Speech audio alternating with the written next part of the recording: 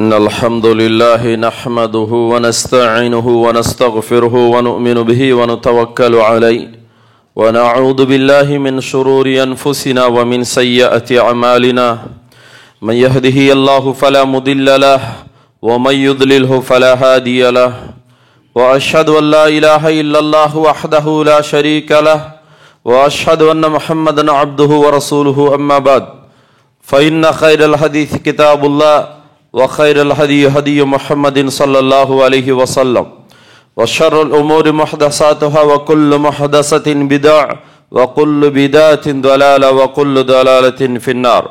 قال الله تبارك وتعالى في القرآن المجيد: أعوذ بالله من الشيطان الرجيم بسم الله الرحمن الرحيم.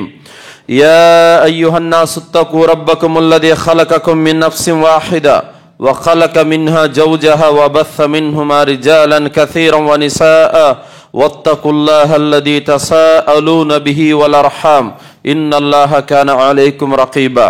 بسم الله الرحمن الرحيم. يا أيها الذين آمنوا اتقوا الله حق تقاته ولا تموتن إلا وأنتم مسلمون. بسم الله الرحمن الرحيم. يا أيها الذين آمنوا اتقوا الله وقولوا قولا سديدا يصلح لكم أعمالكم ويغفر لكم ذنوبكم ومن يطيع الله ورسوله فقد فاز فوزا عظيما.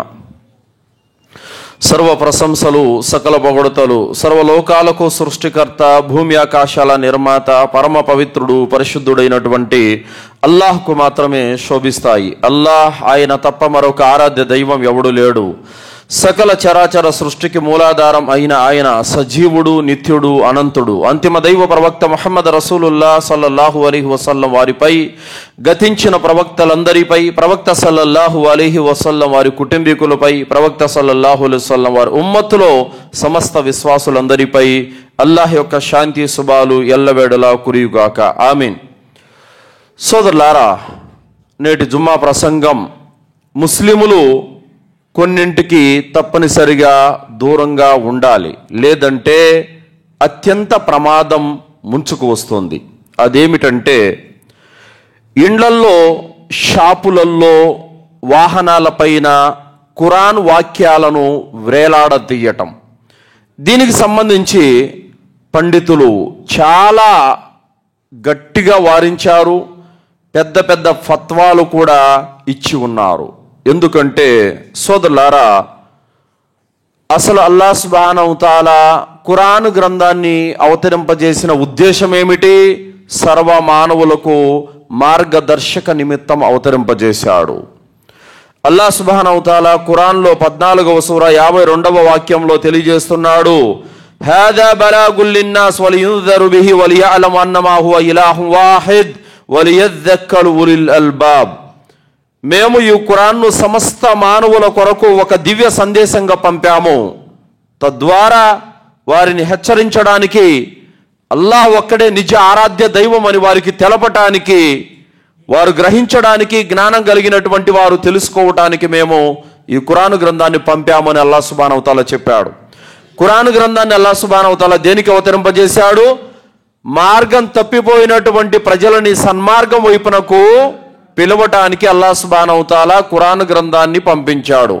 దేవుడు ఒక్కడేనన్నటువంటి మెసేజ్ ప్రజలకు ఇవ్వటానికి ఖురాన్ గ్రంథాన్ని పంపించాడు. ఇంకా ప్రజలు సత్యాసత్యాలను, ధర్మాలను, హలాల్ హరామును, పాపాన్ని పుణ్యాన్ని, మంచి చెడులను తెలుసుకోవటానికి, తెలుసుకొని రుజుమార్గంపై నడపటానికి ఈ గ్రంథాన్ని అల్లాహ్ సుబ్హానహు తఆలా అవతరింపజేశాడు. గోడలపైన తగిలించడానికి, గోడలపైన అతికించడానికి, ఫ్రేములు కట్టుకొని వాటిని చూసి మురిసిపోవటానికి అల్లాహ్ సుబ్హానహు తఆలా ఈ ఖురాన్ గ్రంథాన్ని పంపించలేదు సోదరులారా. కానీ నేడు ఖురాన్ గ్రంథము ముస్లిముల హృదయాలలో కంటే గోడల మీద ఫలకల రూపంలో ఎక్కువగా ఉంది. ఖురాన్ గ్రంథం ముస్లిముల ఆచరణ కంటే ఎక్కువగా గోడలపైన ఫ్రేముల రూపంలో ఎక్కువ ఉంది. ఈరోజు ఖురాన్ గ్రంథాన్ని ఏ విధంగా ఉపయోగిస్తున్నారంటే, ఏ విధంగానైతే ఖురాన్ ద్వారా లబ్ధి పొందాలో, ఏ విధంగానైతే ఖురాన్ ద్వారా లాభాన్ని పొందాలో, ఏ విధంగానైతే ఖురాన్ ద్వారా జ్ఞానాన్ని పొందాలో అది వదిలిపెట్టేసి ఏ విధంగానైతే ఖురాన్ను ఉపయోగించకూడదో ఆ విధంగా ఉపయోగించేసి ఖురాన్ను అపార్థం చేసుకునేటటువంటి పరిస్థితి నేడు ముస్లిం సమాజంలో వచ్చేసి ఉంది. సోదరులారా, మొదటిగా పండితులు చెబుతున్నటువంటి మాట ఏమిటంటే, ఈ విధంగా ఖురాన్ యొక్క వాక్యాలను ఫ్రేమ్ల రూపంలో మీరు కట్టించి గోడలకు వేలాడదీయటము, ఇంటి గుమ్మానికి వేలాడదీయటము, షాపులలో వేలాడదీయటము, వాటికి బంగారు రేకుల మీద లిఖించడము, ఇత్తడి రాగి రేకుల మీద లిఖించడము, వాటి నెంబర్లు వేయటము, అల్లాహ్ పేర్లు కలిగి ఉండడం, ఇవన్నీ తగిలించడము ఇది ఇస్లాంలో అనుమతి లేనటువంటి విషయమని పండితులు మూకుమ్మడిగా దీని గురించి సమాధానం ఇచ్చారు. కారణం ఏమిటంటే ఇది షిర్కుకు దారి తీస్తుంది అన్నటువంటి విషయాన్ని వాళ్ళు తెలియజేశారు. సోదరులారా, మీరు చూస్తూ ఉంటారు, మనము నివసిస్తున్నది ముస్లిమేతరుల మధ్య సమాజంలో. వాళ్ళు ఏం చేస్తుంటారు? చిత్రపటాల ఆరాధన చేస్తూ ఉంటారు, బహుదైవ ఆరాధన చేస్తూ ఉంటారు. చిత్రపటంలో ఉన్నదే దేవుడు అన్నటువంటి నమ్మకాన్ని వాళ్ళు కలిగి ఉన్నారు. అదే విధంగా ఇప్పుడు ఖురాన్ వాక్యాలు ఏ విధంగానైతే చిత్రపటాలలో ఫ్రేమ్లలో గోడకు ఉన్నాయో ఇది కూడా దేవుడేనేమో అన్నటువంటి భావన, నమ్మకము, విశ్వాసం అనేది ప్రజల్లో ఈరోజు రేకెత్తుతుంది. సోదరులారా, మనము ఒక హోటల్లో చూసాము, అక్కడ టిఫిన్ చేయడానికి అని వెళితే ఏం జరుగుతుందంటే ఆయతుల్ కుర్సీ ఉన్నటువంటి ఒక ఫోటో ఉంది. అది గోల్డ్ కలర్ ఆ యొక్క రేకు మీద రాయబడి ఉంది. అయితే అక్కడికి వచ్చినటువంటి టిఫిన్ తినే కొంతమంది దానికి కళ్ళద్దుకోవడం, దండం పెట్టుకోవడం నేను చూశాను. అలాగే ఒక ముస్లిం సోదరుడు ఒక షాపులో ఆయతుల్ కుర్సీ మరియు కుల్సురాలు అవన్నీ కూడా పెట్టుకొని ఉన్నాడు. అయితే ఆ పెద్ద ఆయనకు కాస్త అవగాహన ఉన్నింది. ఆయన మాత్రం ఎప్పుడు వాటిని ఆరాధించలేదు, ఏదో పెట్టుకున్నాడు. కానీ ఆయన చనిపోయిన తర్వాత ఆయన కొడుకు ఎవరైతే ఈ బుట్టలలో రోజా పూలు తీసుకొని వస్తారో ఆయన రోజా పూలు పెట్టడము, కడ్డీలు వెలిగించడము స్టార్ట్ చేశాడు. అలాగే మనం బజార్లలో చూస్తూ ఉంటాం, ఎంతో మంది ముస్లింలు పొద్దున్నే షాపు తెరవగానే వాటిని తగిలి కళ్ళద్దుకోవటము, అలాగే వాటిని అక్కడ కూర్చొని కాసేపు వాటి వైపు చూడటము, చదువు రాకపోయినప్పటికి కూడా అలాగే వాటి ద్వారా శుభం ఉందని చెప్పి ఆశించడము, వాటి ద్వారా మేలు ఉంది, వాటి ద్వారా బర్కత్ వస్తుంది. ఈ విధమైనటువంటి విశ్వాసము, ఈ విధమైనటువంటి అకీదా ఇదంతా కూడా షిర్కుకు దారి తీస్తుంది. ముఖ్యంగా బహుదైవ ఆరాధన జరిగే దేశంలో మనం ఉన్నాం కాబట్టి ఇలాంటి చిత్రపటాలు, ఇలాంటి ఖురాన్ వాక్యాలు ఎవరైతే షాపులలో పెట్టి ఉంటారో వాళ్ళు ఖచ్చితంగా వాటి కింద పూలు పెట్టడము, కడ్డీలు వెలిగించడం కూడా చాలా చోట్ల చేస్తున్నారు. వాస్తవానికి ఏదైతే జరగకూడదో అదే జరుగుతుంది. ఈరోజు ఖురాన్ని ఏ విధంగా ఉపయోగించాలో అలా ఉపయోగించడం లేదు, ఏ విధంగా ఉపయోగించకూడదో ఆ విధంగా ఉపయోగిస్తున్నారు. కావున సోదరులారా, మాకు మా దేవుడికి ఫోటోలు ఉన్నట్టే వీళ్ళ దేవుడి ఫోటోలేమో ఇవి, లేకపోతే వీళ్ళ దేవుడికి సంబంధించిన చిహ్నాలేమో, వీళ్ళ దేవుడికి సంబంధించినటువంటి విషయాలేమో అని చెప్పేసి ప్రజలు అపార్థం చేసుకొని వాటికి కూడా దండం పెట్టుకొని వాటిని కూడా దైవంగా భావించేటటువంటి పరిస్థితి నేడు వచ్చేసింది. దాన్ని కూడా చాలా మంది అమలు చేస్తున్నారు. అయితే చాలా మంది ముస్లిములు కూడా ఎంతో మంది వాటిపైన పూలు పెట్టడం కావచ్చు, లేకపోతే కడ్డీలు వెలిగించడం కావచ్చు, అలాగే వాటికి దండం పెట్టడం కావచ్చు, షిర్కులో దిగిపోయారు. అందుకోసము అలాంటివి నిషిద్ధము.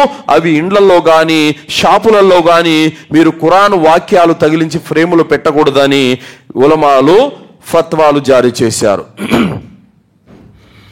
తర్వాత శైతాన్ కీడుల నుండి రక్షించడానికి రక్షణ కొరకు కుల్ సూరాలు అంటే కుల్ హువల్లాహు అహద్, కుల్ అఊదు బిరబ్బిల్ ఫలక్, బిరబ్బిన్ నాస్, కుల్ యా అయ్యుహల్ కాఫిరూన్, దాంతో పాటు ఆయతుల్ కుర్సీ, ఇవన్నీ కూడా కుల్ సూరాలన్నీ ఒకే ఫ్రేమ్లో ఉంటాయి. ఆయతుల్ కుర్సీ కూడా దాని కిందో పైన ఒక చోట ఉంటుందన్నమాట. ఈ ఫోటో చాలా మంది ఇంట్లో పెట్టుకుంటారు. పెట్టుకోవడానికి గల కారణం ఏంటి? మేము జిన్నాతుల యొక్క, శైతాన్ యొక్క కీడు నుండి రక్షించబడటానికి అని అంటారు. జిన్నాతుల యొక్క కీడు నుండి, శైతాన్ యొక్క కీడు నుండి రక్షించబడే విధానం ఇదైతే కాదు. ఎందుకు? ప్రవక్త సల్లల్లాహు అలైహి వసల్లం వారి పైన కూడా చేతబడి చేశారు. కానీ ప్రవక్త సల్లల్లాహు అలైహి వసల్లం వారు కుల్ సూరాల ద్వారా వాటిని చదవడం ద్వారా స్వస్థత పొందారే తప్ప ఇంట్లో తీసుకొచ్చి తగిలించుకోవడం ద్వారా స్వస్థత పొందలేదు. కావున ఒకవేళ మనకే గనక కీడు తగిలినట్లయితే, మనకే గనక జబ్బు చేసినట్లయితే, ఒకవేళ మనం అలాంటి నష్టాల నుండి రక్షించబడాలంటే మనం ఏం చెయ్యాలి? ఉదయము సాయంత్రము కుల్ సూరాలు చదవాలి. ప్రవక్త సల్లల్లాహు అలైహి వసల్లం వారు ఫజర్ నమాజ్ తర్వాత 3 సార్లు కుల్ సూరాలు చదవమన్నారు, సాయంత్రం 3 సార్లు కుల్ సూరాలు చదవమన్నారు. ప్రతి నమాజ్ తర్వాత ఒక్కసారైనా కుల్ సూరాలు చదవమని చెప్పారు. అలాగే ప్రతి నమాజ్ తర్వాత ఆయతుల్ కుర్సీ చదవమని చెప్పారు. చదివి నోటితో చదివి దాన్ని ఆచరించాల్సింది పోయి నువ్వు చదవకుండా, దాన్ని ఆచరించకుండా, దానిపై విశ్వాసం లేకుండా, దాని గురించి అవగాహన లేకుండా కేవలం ఫోటో ఒకటి తీసుకొని నువ్వు గోడకు పెడితే అది నువ్వు ఆచరించినట్లా? అది నిన్ను కీడు నుండి రక్షిస్తుందా? ఏ మాత్రం కూడా రక్షించదు. ఎందుకంటే ప్రవక్త సల్లల్లాహు అలైహి వసల్లం వారు ఓ పద్ధతిని, ఓ విధి విధానాన్ని మనకు నేర్పించి వెళ్ళారు. మనం ఆ పద్ధతిని, ఆ విధి విధానాన్ని పక్కన పెట్టేసి కేవలం మరో పద్ధతిలో మనం దాన్ని ఉపయోగించినట్లయితే దాని నుండి రవ్వంత కూడా లాభం మనం అనేది పొందడం అనేది జరగదు సోదరులారా. కాబట్టి వాడు 10 అడుగుల ఆల్బం పెట్టినప్పటికి కూడా, దాని బంగారు పూత రేకులతో రాయించినప్పటికి కూడా అనా పైసా అంత లాభం కూడా దాని ద్వారా మీకు జరగదు. ఏ మాత్రం కూడా మీకు లాభం లేదు. మరి అవి ఉన్న చోటికి శైతాన్ రాలేడా అంటే రాగలడు.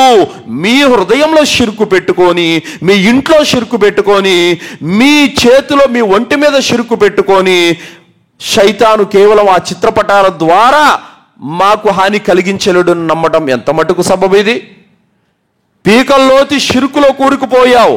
నీ ఒంటి మీద షిర్కు వస్తువులే, నీ ఇంట్లో షిర్కు వస్తువులే, నీ విశ్వాసంలో షిర్కే.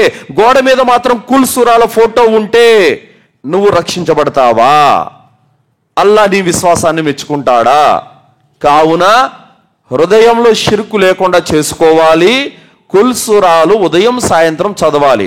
అప్పుడు నీకు ఆరోగ్యము, స్వస్థత కలుగుతుంది. అలాగే శైతాను కీడు నుండి కూడా నువ్వు రక్షించబడతావు. కానీ ఇవి చదవకుండా, ప్రవక్త విధానాన్ని పాటించకుండా కేవలం ఫ్రేమ్లు గోడకు తగిలించుకుంటే ఒరిగేటటువంటి లాభము ఏమీ లేదు సోదరులారా. అలాగే ఖురాన్ ద్వారా స్వస్థత ఉంది. మరైతే స్వస్థత కోసం కొన్ని ఆయతులు రాసి, కొన్ని దువాలు రాసి వాటిని కూడా ఫ్రేమ్లలో తగిలిస్తారు. వాటి ద్వారా కూడా ఎలాంటి లాభం లేదు. ఎందుకు? అల్లాహ్ సుబ్హానహు తఆలా ఖురాన్లో తెలియజేశాడు 17వ సూర 82వ వాక్యంలో, వనునజ్జిలు మినల్ ఖురాని మా హువ షిఫాఉ వ రహ్మతుల్ లిల్ ముమినీన్.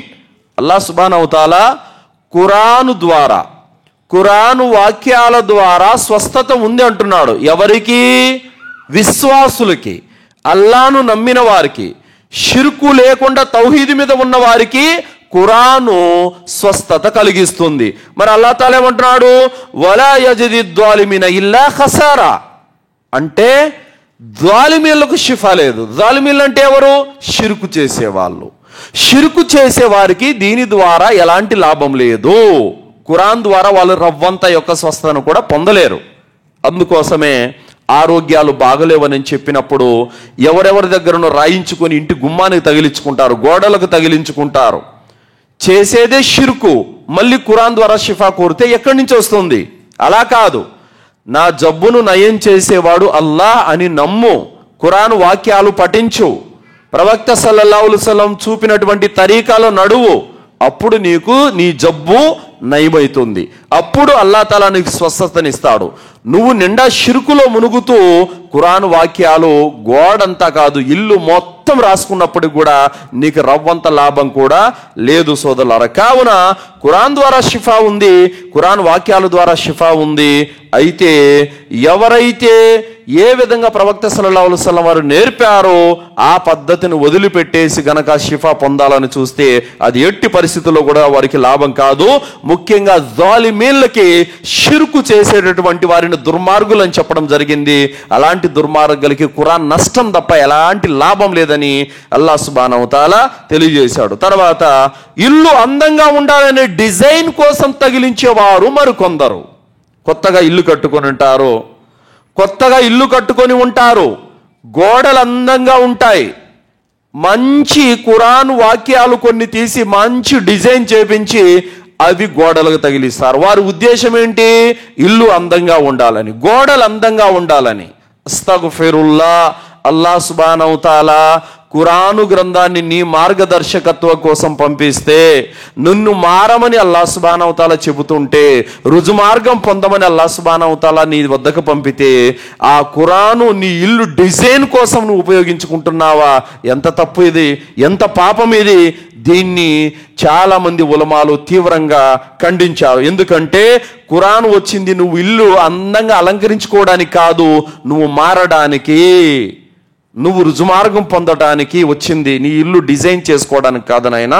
కావున ఎవరైతే మా ఇల్లు అందంగా ఉండాలని చెప్పేసి చాలా ఎక్కువ ఖరీదు పెట్టేసి విలువైనటువంటి రేకుల మీద రాయించేసి కలర్ఫుల్గా డిజైన్గా ఫ్రేములు కట్టించేసి పెట్టినంత మాత్రాన నువ్వు ఖురాన్కి విలువిచ్చినట్టు కాదు. ఖురాన్కి విలువిచ్చినట్టు ఎప్పుడైతే నువ్వు ఖురాన్ చదివి దాన్ని ఆచరిస్తావో, ఆచరణలో పెడతావో, అప్పుడు ఖురాన్కు నువ్వు విలువిచ్చినట్టు. అంతేకాని నువ్వు గోడల మీద తగిలిచ్చినంత మాత్రాన అది నువ్వు ఖురాన్కి విలువిచ్చినట్టు కాదు. అలాగే ఎవరైతే ఇల్లులు కట్టుకొని డిజైన్ కోసం ఈ విధంగా పెట్టుకుంటారో, ఫ్రేములు పెట్టడం అనేది, ఇది ఇస్లాం ఎంత మాత్రం కూడా అనుమతించదు. ఇలాంటి వాటికి ఖచ్చితంగా దూరంగా ఉండాలి. తర్వాత ఇలాంటి చిత్రపటాలతో, ఇలాంటి ఫ్రేములతో వ్యాపారం చేయడం గురించి పండితులను అడిగారు. అడిగితే పండితులు అంటే అల్లామా బిన్ బాజ్ రహమతుల్లాహి గారు లాంటి వారు, ఇబ్నే ఉసైమిన్ రహమతుల్లాహి గారు ఏం చెప్పారంటే, అలాంటి వ్యాపారము నిషేధము. ఎందుకు నిషేధం అని అంటే గనక దాని మక్సత్యం మారిపోతుంది పూర్తిగా. ఖురాన్ వచ్చినటువంటి ఉద్దేశమే మారిపోతుంది పూర్తిగా. ఎందుకంటే ఖురాన్ వచ్చింది సర్వ మానవుల యొక్క మార్గదర్శక నిమిత్తము. కానీ ఈరోజు వ్యాపారస్తులు దాన్ని ఏం చేస్తున్నారు? ఇలాంటి యొక్క డిజైన్లు, ఫ్రేములు తయారు చేసేసి ఎంచక్క అమ్ముకుంటున్నారు. ఇది ఉమ్మత్తుకు ఏ మాత్రం కూడా లాభదాయకం కాదు. ఇది ఉమ్మతిని అపమార్గం పాలు చేసే వ్యాపారము. ఇది ఉమ్మత్తుని నష్టం వైపునకు తీసుకెళ్లే వ్యాపారము. ఇది ఉమ్మత్తును షిర్కు వైపునకు తీసుకెళ్లే వ్యాపారము.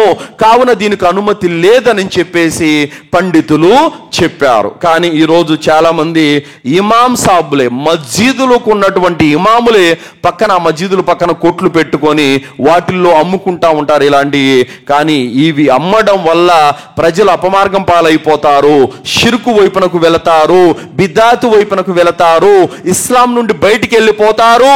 ఖురాన్కి ఏ విధమైనటువంటి గౌరవం ఇవ్వాలో అలాంటి గౌరవం ఉద్దేశం మారిపోతుంది అన్నటువంటి కాసంతైనా సరే విచక్షణ జ్ఞానం అనేది వాళ్ళలో ఈరోజు కనిపించడం లేదు. మాకెందుకు, మాకు డబ్బులు వస్తున్నాయి, వ్యాపారం జోరుగా సాగుతుంది అన్నటువంటి యొక్క యోచనలో, ఆలోచనలోని వాళ్ళు ఉన్నారే తప్ప ఖురాన్ పై ఈ విధమైనటువంటి ప్రమాదం పొంచి ఉందన్నటువంటి విషయాన్ని ఏ విధంగా అయితే సలఫ్ పండితులు గ్రహించారో ఆ విధంగా మిగతా వారు పండితులు గ్రహించలేకపోతున్నారు. ఈ విషయంలో గ్రహించాల్సిన అవసరం ఎంతైనా ఉంది. దీన్ని ఆచరణలో పెట్టాల్సినటువంటి అవసరం ఎంతైనా ఉంది. అలాంటి వాటిని వారించి ప్రజలకు మేలుకొలుపు దిశగా తీసుకెళ్లాల్సినటువంటి అవసరము ఎంతైనా ఉంది. పైగా ఎవరైతే ఇలాంటి చిత్రపటాలు కొంటారో, ఎవరైతే ఇలాంటి ఫ్రేములు కొంటారో వాళ్ళు ధనాన్ని వృధా చేయడం కిందకు వస్తుందని పండితులు అంటున్నారు. వారు ధనాన్ని వృధా చేసేవారు శైతాని యొక్క సోదరులు అని అల్లాహ్ సుబ్హానహు తఆలా తెలియజేశారు. కావున ధనాన్ని వృధా చేయడం అనేది ఇస్లాం ఎట్టి పరిస్థితుల్లో ఒప్పుకోదు.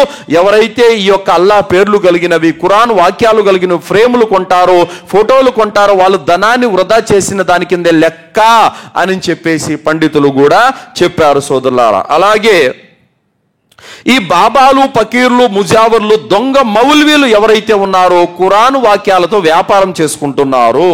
అయితే ప్రజలకు వచ్చినటువంటి జబ్బులు ఆసరాగా చేసుకొని, రోగాలను ఆసరాగా చేసుకొని తాయిత్తులలో ఖురాన్ వాక్యాలను పెట్టి అమ్ముకుంటున్నటువంటి వారు కొందరైతే, అలాగే అరబిక్ యొక్క అంకెలు, సూరాల నెంబర్లు, కొన్ని యొక్క వాక్యాల నెంబర్లు వేసి వాటికి ఫ్రేమ్ కట్టించేది, ఇది కట్టుకోండి, మీ ఇంటి గుమ్మానికి పెట్టుకోండి, ఏ శైతాన్ రాలేడని చెప్పేసి చెప్పడము. అలాగే మీ ఇంట్లో నుంచి అన్ని కీడులు వెళ్ళిపోతాయి, ఇది కట్టుకోండి మీకు అదృష్టం పట్టుకుంటుందని చెప్పడము. ఈ విధంగా దొంగ వ్యాపారాలు చేసుకునేటువంటి వాళ్ళు కూడా బాబాలు, ఫకీర్లు, ముజావర్లు అనేటువంటి వారు, వాళ్ళతో పాటు ఇంకా దొంగ మౌల్వీలు కూడా కొంతమంది ఉన్నారు. అలాంటి వారు ఖురాన్ వాక్యాలతో వ్యాపారం చేసుకుంటున్నారు. అల్లాహ్ సుబ్హానహు తఆలా రేపు ఖయామత్ రోజున వారి పొట్టలను అగ్నితో నింపి వారిని నరకానికి పంపించడం జరుగుతుంది సోదరులారా. ఎందుకంటే ప్రజలకి ఖురాన్ ఖురాన్ను ఎలా బోధించాలో అలా బోధించడం లేదు.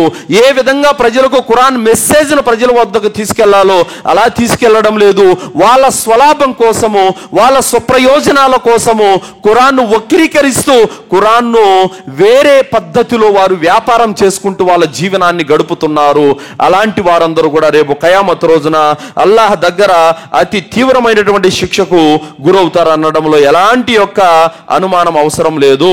అలాగే సోదరులారా, చాలా మంది జబ్బులు చేసిన వారికి ముఖ్యంగా తాయితుల రూపంలో ఇచ్చేవాళ్ళు కొందరైతే, ఇత్తడు రాగి రేకుల రూపంలో రాసిచ్చే వాళ్ళు కొందరైతే, ఈ విధంగా ఇంట్లో మరి చదివే వాళ్ళు కొందరైతే, ఇంకా ఇంటి గోడల మీద రాసే వాళ్ళు కొందరైతే, వైట్ పేపర్ మీద రాసిచ్చేసి దాన్ని టెంకాయలలో గుడ్డలలో ముడేసే వాళ్ళు కొందరైతే, ఈ విధంగా వ్యాపారం చేసుకుంటున్నారు రకరకాల వ్యక్తులు. వాళ్ళందరూ కూడా శైతాను సోదరులే. అలాంటి వారందరూ కూడా మార్గభ్రష్టులే. కావున అలాంటి వారి మాట వినకండి. అంటే వాడు 10,000 5,000 డబ్బు తీసుకొని ఖురాను వాక్యాలు రాసిచ్చి ఇంటికి తగిలిస్తే అల్లా ఆ నీచుల మాట విని వారికి షిఫా ఇస్తాడా? అంటే ఇది ధర్మం అనేది అయ్యగార్ల సొత్తా, లేకపోతే ముజ్జావర్ల వారసత్వమా, దొంగ బాబాల యొక్క వారసత్వమా, లేకపోతే దొంగ మౌలవీల యొక్క వారసత్వమా ఇస్లాం అనేది? కాదు. ఇస్లాం అనేది సర్వ మానవులకు రుజుమార్గం చూపడానికి వచ్చిన ధర్మం.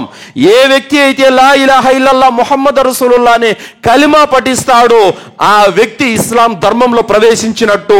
ఆ వ్యక్తి ఏ మౌలి దగ్గరికి వెళ్ళాల్సిన అవసరం లేదు, ఏ బాబా దగ్గరికి వెళ్ళాల్సిన అవసరం లేదు, ఏ ముజ్జావర్ దగ్గరికి వెళ్ళాల్సిన అవసరం లేదు. డైరెక్ట్గా అల్లాతో షిఫా కోరితే అల్లా సుబ్హానహు వ తఆలా ఇస్తాడు.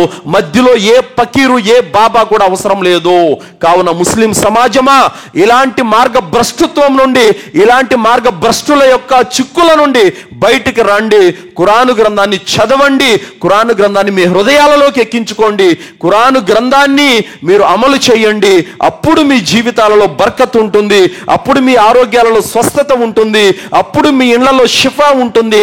అంతేగాని మీరు వెళ్ళి ఆ ఫకీర్లకి బాబాలకి మౌలవీలకి 5,000 6,000 డబ్బులు ఇస్తే, వాళ్ళు ఏవో రాసిస్తే మీరు ఇళ్లకు తగిలించుకుంటే మీకు షిఫా వస్తుందని నమ్మడం అజ్ఞానము, మీకేదో లాభం కలుగుతుందని చెప్పి నమ్మడం అజ్ఞానము. అలాంటి వారిని విశ్వసించడం అంతకంటే మూర్ఖత్వము.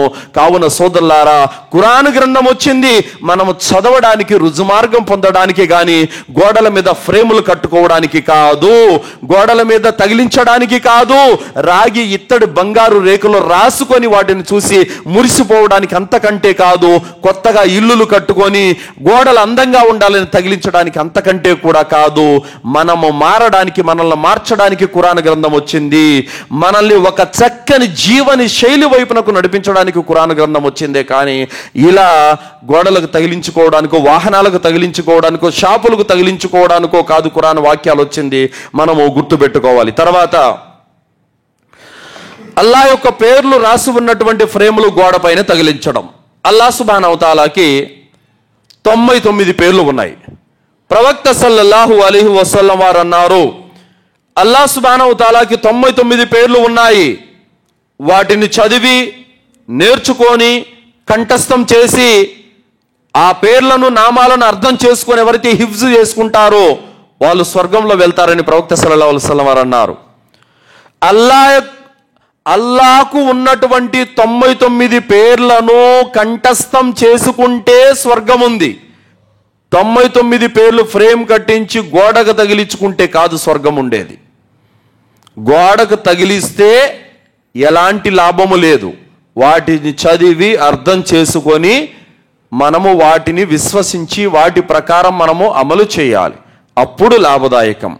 అల్లా పేర్లు తీసుకెళ్ళి గోడ మీద తగిలిస్తే ఎలాంటి ప్రయోజనం ఉండదు. నువ్వు గోడంతా అల్లా అల్లా అల్లా అల్లా అని రాసినప్పటికి కూడా ఎలాంటి ప్రయోజనం లేదు.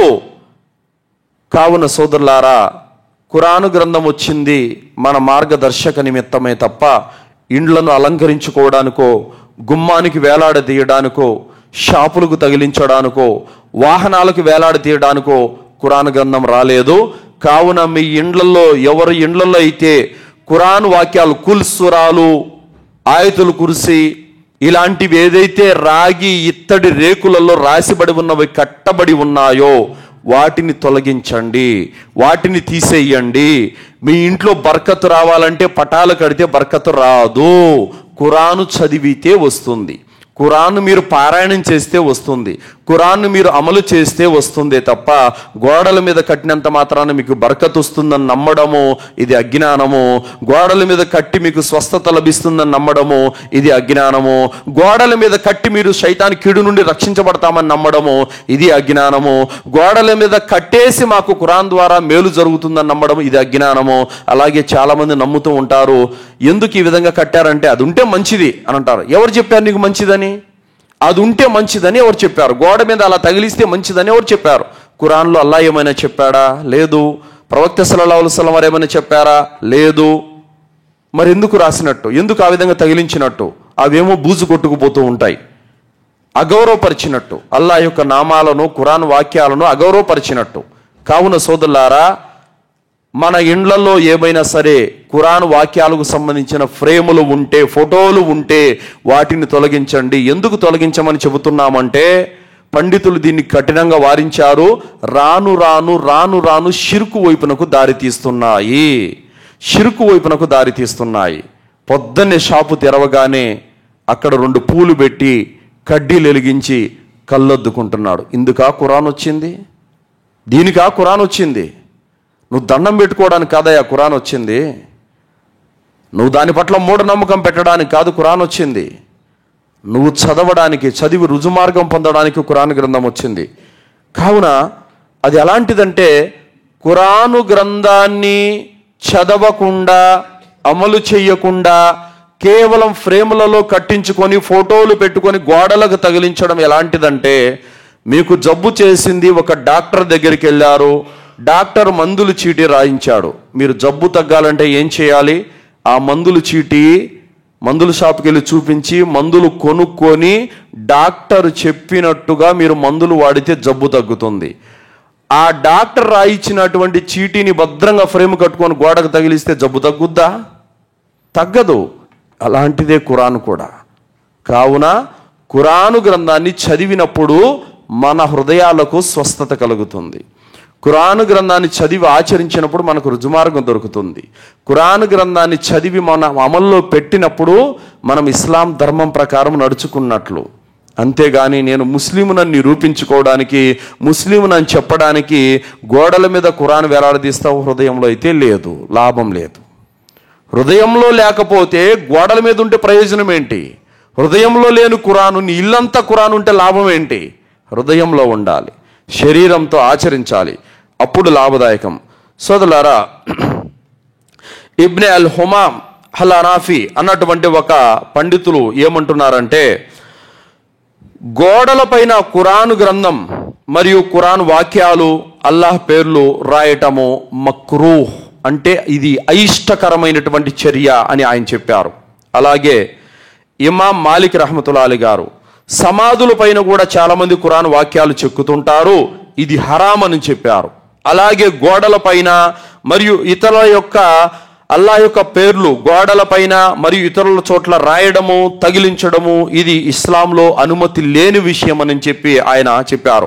ఇబ్నే ఉసైమిన్ రహమతుల్లాహి అలైహి గారు తెలియజేశారు, గోడల పైన ఖురాన్ వాక్యాలు రాయడము, మస్జిదుల పైన ఖురాన్ వాక్యాలు రాయడము, మదర్సాల పైన ఖురాన్ వాక్యాలు రాయడము ఇవి విద్య నేర్చుకోవడానికైతే వేరే విషయమే, కానీ లేకపోతే అది షో కోసమైతే ఇది అల్లాహ్ను అగౌరవపరిచినట్టు అనేటువంటి విషయాన్ని కూడా ఆయన తెలియజేశారు. కావున చివరి విషయం ఏమిటంటే సోదరులారా, ఈరోజు ఒక విధంగా చెప్పాలంటే దొంగ మౌల్వీలనే చెప్పాలి. ఎందుకు చెప్పాలంటే, ఖురాను ఈ విధంగా వ్యాపారం చేసుకుంటే వాళ్ళకి అభ్యంతరం లేదు, ఖురాను వాక్యాలతో చిత్రపటాల రూపంలో వ్యాపారం చేసుకుంటే వాళ్ళకి అభ్యంతరం లేదు, ఖురాన్ను ఈ విధంగా తాయతుల్లో చుట్టి అమ్మితే వాళ్ళకి అభ్యంతరం లేదు, ఖురాన్ను సమాధుల మీద రాస్తే వాళ్ళకి అభ్యంతరం లేదు. ముస్లిం చదువుతానంటే అరే నీకు అర్థం కాదురా, 7 రకాల ఖురాన్ రాది, నీకు అర్థం కాదురా, నువ్వు చదవద్దురా అని చెప్పి చెప్తున్నారు. అల్లాహ్ హిదాయత్ ఇయ్యాలి అలాంటి దొంగ పండితులకి. చాలామంది 7 రకాల ఖురాన్, నీకు అర్థం 7 రకాల ఖురాన్ ఉంది, అదేంటి? అది అరబ్బీలో, అది తరీకా వేరు. నీ దగ్గర మస్జిదులో తెలుగు ఖురాన్ ఉంది చదవమంటే దాన్ని చదివితే కూడా గుమ్రా అయిపోతాడండి. అస్తగ్ఫిరుల్లా. వీళ్ళందరూ రేపు ఖయామత్ రోజున అల్లాహ్ దగ్గర ఏం సమాధానం చెప్పుకుంటారో కూడా అర్థం కావడం లేదు. ఉమర్ రదియల్లాహు అన్హు వారు ప్రవక్తను నరకటానికని కత్తి తీసుకొని బయలుదేరారు. ఖురాన్లో కొన్ని వాక్యాలు చదివి మారిపోయి ఇస్లాం స్వీకరించాడు. అల్హమ్దులిల్లా. అంటే మౌల్ సాబుల కోసం వచ్చింది ఆ ఖురాను. 114 సూరాల్లో ఎక్కడో ఒక ఆయత ఉందో చూపించి మౌల్ సాబుల కోసం వచ్చిందని.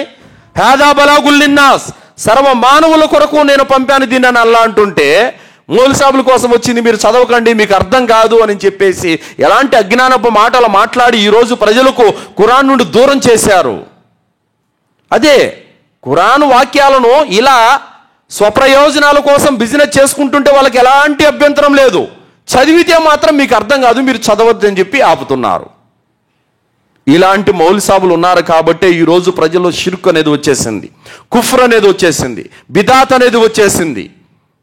అందుకోసమే వాళ్ళే ఖురాన్ వాక్యాలను తాయితులలో రాసి చుట్టి ఎంచక్క అమ్మేసుకొని వ్యాపారం చేసుకుంటున్నారు. ఈ తరీకా అయితే వాళ్ళకు ఓకే, ఇబ్బంది ఏమీ లేదు.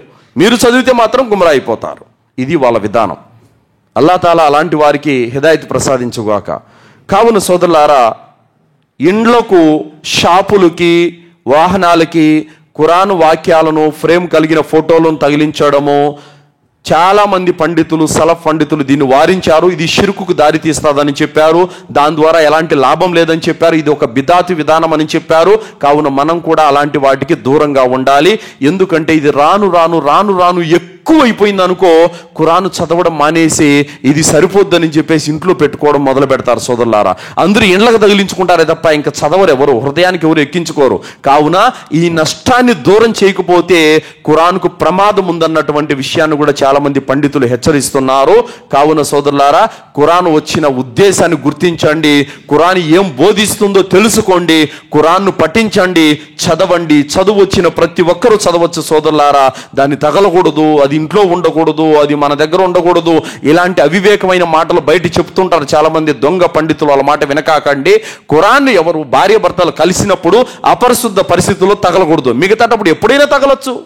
ఒక బాత్రూంలోకి, మిగతా అపరిశుద్ధ స్థలాల్లోకి తీసుకెళ్ళకూడదు. నువ్వు మిద్ది మీద కూర్చొని చదువు, కింద కూర్చొని చదువు, మంచం మీద కూర్చొని చదువు, కుర్చీలో కూర్చొని చదువు, పండుకొని చదువు, బజార్లో చదువు, ఏమి ఇబ్బంది లేదు. వీటి పట్ల భయపెట్టేసి ప్రజలకు ఖురాన్ దూరం చేసేసారు. ఇది తప్పు. అలాగే లేడీస్ డేట్ అయినప్పుడు తప్ప, భార్యాభర్తలు కలిసి వాళ్ళు పరిశుద్ధత పొందనంత వరకు, ఈ 2 సందర్భాల్లో తప్ప వాళ్ళు ఎప్పుడైనా ఖురాన్ చదవచ్చు, తప్పేమీ లేదు. అల్హమ్దులిల్లా, ఎవరైనా చదవచ్చు. మీరు హిందూ సోదరులకు కూడా ఖురాన్ గ్రంథాన్ని అల్హమ్దులిల్లా చదవమని ఇవ్వచ్చు, ఇబ్బంది ఏమీ లేదు. అల్హమ్దులిల్లా. ఇది వాళ్ళు చదవకూడదు, వీళ్ళు చదవకూడదు, మేము మాత్రమే చదవాలి, ఏంటి అజ్ఞానం మాటలు? అందుకోసం ఈరోజు ముస్లిం సమాజము ఖురాన్కు దూరం అయిపోయి దర్గాల చుట్టూ తిరుగుతున్నారు, తాయతుల చుట్టూ తిరుగుతున్నారు, ఈ షిర్కు వైపునకు తిరుగుతున్నారు. కారణం ఏంటంటే ఖురాన్కు దూరం చేసేశారు. కావున సోదరులారా, ఈ గోడలపైన ఫ్రేములు వేలాడితేయటం అనేది ఇది సబబు కాదు. ఇలాంటి వాటిని మనం నివారించకపోతే రేపు చాలా పెద్ద ప్రమాదం అనేది ముందున్నది. అలాంటి వాటిని మనం ఖచ్చితంగా నివారించాల్సినటువంటి అవసరము ఎంతైనా ఉంది సోదరులారా. అల్లాహ్తో దువా చేస్తూ ముగిస్తున్నాను. విన్నటువంటి విషయాలపైన సదాచరణ చేసే సద్బుద్ధిని అల్లాహ్ మనందరికీ ప్రసాదించుగాక. అల్లాహ్ సుబ్హానహు వ తఆలా మనందరికీ కూడా ఖురాన్ను నేర్చుకుని అర్థం చేసుకుని అమలు చేసే భాగ్యాన్ని అల్లాహ్ మనందరికీ ప్రసాదించుగాక. అల్లాహ్ తాలా మనల్ని షిర్కు నుండి, కుఫర్ నుండి, బిదాత్ నుండి రక్షించుగాక. శైతాన్ యొక్క కీడుల నుండి అల్లాహ్ రక్షించుగాక. మహమ్మారి యొక్క రోగాల నుండి అల్లాహ్ మనల్ని రక్షించుగాక. మనపై ఉన్నటువంటి ఇబ్బందులను, కష్టాలను అల్లాహ్ తొలగించి సుఖవంతమైనటువంటి జీవితాన్ని ప్రసాదించుగాక. మనలో ఉన్నటువంటి అనేక ఆర్థిక సమస్యలు, ఇబ్బందులు, అప్పుల బాధల నుండి అల్లాహ్ మనల్ని రక్షించి మంచి మార్గాన్ని ప్రసాదించుగాక. అల్లాహ్ సుబ్హానహు వ తఆలా మనల్ని మేలు వైపునకు నడిపించుగాక. నష్టాల నుండి, కీడుల నుండి, శత్రువుల యొక్క బారి నుండి అల్లాహ్ మనల్ని రక్షించుగాక. అల్లాహ్ మనల్ని కబర్ శిక్ష నుండి రక్షించుగాక. అల్లాహ్ మనల్ని జహన్నం నుండి రక్షించుగాక. అల్లాహ్ మనకు జన్నతులో ఉన్నతమైన దర్జాలను ప్రసాదించుగాక. ఆమీన్. వాఖిరు దావానా అల్హమ్దులిల్లాహి రబ్బిల్ ఆలమీన్. బారకల్లాహు లనా వలకుం ఫిల్ ఖురానిల్ అదీమ్ వస్తగ్ఫిరుల్లాహి వలిసైరిల్ ముస్లిమీన్ ఇన్నహు తఆలా జవాదుల్ కరీం.